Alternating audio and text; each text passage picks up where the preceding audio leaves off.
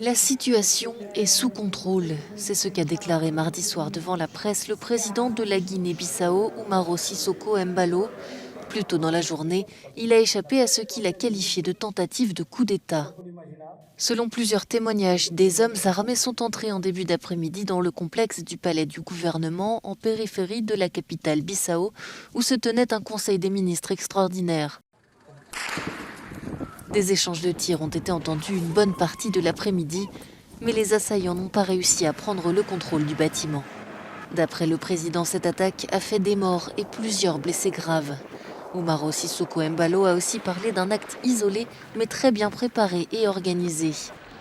Il n'a pas désigné clairement les auteurs du coup de force, mais l'a attribué aux décisions qu'il a prises, notamment la lutte contre le narcotrafic et la corruption. Cet événement intervient aussi après un remaniement gouvernemental qui a fait scandale au sein de la classe politique fin janvier.